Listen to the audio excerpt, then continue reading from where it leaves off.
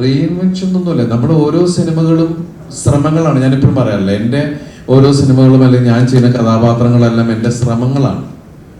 ചില ശ്രമങ്ങൾ നമ്മൾ ഗംഭീരമായിട്ട് വിജയിക്കും, ചിലത് അടിക്കൂല, ചിലത് അടിക്കും എന്നൊക്കെ പറയുന്നുള്ളൂ. എല്ലാം ശ്രമങ്ങൾ മാത്രമാണ്. അപ്പോൾ ഇതിൽ പവിത്രൻ എന്ന് പറയുന്ന ഇദ്ദേഹം ശരിക്കും പറഞ്ഞാൽ മറ്റുള്ളവരുടെ കാര്യങ്ങൾക്ക് വേണ്ടി ജീവിച്ച് മുന്നോട്ട് പോകുന്ന ഒരാൾ. അയാൾ ജീവിതത്തിൽ അയാളുടേതായിട്ടൊരു ജീവിതം കെട്ടിപ്പടുക്കാൻ അയാൾ വിട്ടുപോയി. അങ്ങനെയുള്ള ഒരാള് അറിയാതെ എപ്പോഴും ഒരു പ്രണയത്തിൽപ്പെട്ടു.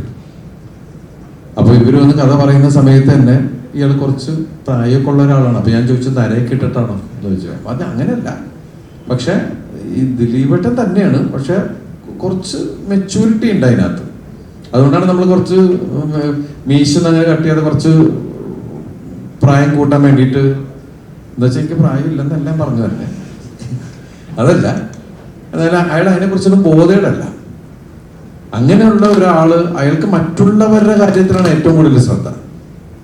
അപ്പോ ഈ ഏതൊരാളും പ്രണയത്തിൽ പെടുമ്പോൾ ഉണ്ടാവുന്ന ഒരു വിഷയമുണ്ടല്ലോ, അയാൾക്കൊരു പ്രണയം ഉണ്ടാകുമ്പോൾ നമ്മൾ മാനസികമായിട്ട് തന്നെ ഒരു യങ്ങാവാനുള്ള ഒരു ശ്രമവും അല്ലെങ്കിൽ യങ്ങായി പോകും.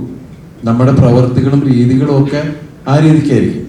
കാരണം നമുക്ക് ഒരു മനസ്സിന് സുഖം തരുന്ന ഒരു കാര്യം അപ്പുറത്തുണ്ട് എന്ന് പറയുമ്പോൾ താനൊരാണാണ് എന്ന് കാണിക്കാനുള്ള ശ്രമങ്ങൾ, ബോൾഡായിട്ട് ബിഹേവ് ചെയ്യുക, സരസത കൂടുക, ഇതൊക്കെ മൊത്തത്തിൽ ലൈഫിൽ റൊമാൻറ്റിക് ആവുക എന്ന് പറയുന്ന ഒരു സാധനം ഉണ്ടാവും. അതുമൊക്കെ ഈ പവിത്രനെ നമുക്കറിയാം. നമ്മളെല്ലാവരും റൊമാൻറ്റിക് ആണ് അല്ലേ? കാരണം റൊമാൻസ് മനസ്സിൽ നിന്ന് പോയി കഴിഞ്ഞാൽ പിന്നെ നമ്മൾ മെക്കാനിക്കലാവുക എന്ന് പറഞ്ഞൊരു അവസ്ഥയിലെത്തും. അത് ചിരി കണ്ടറിയാം റൊമാൻറ്റിക് ആണ്.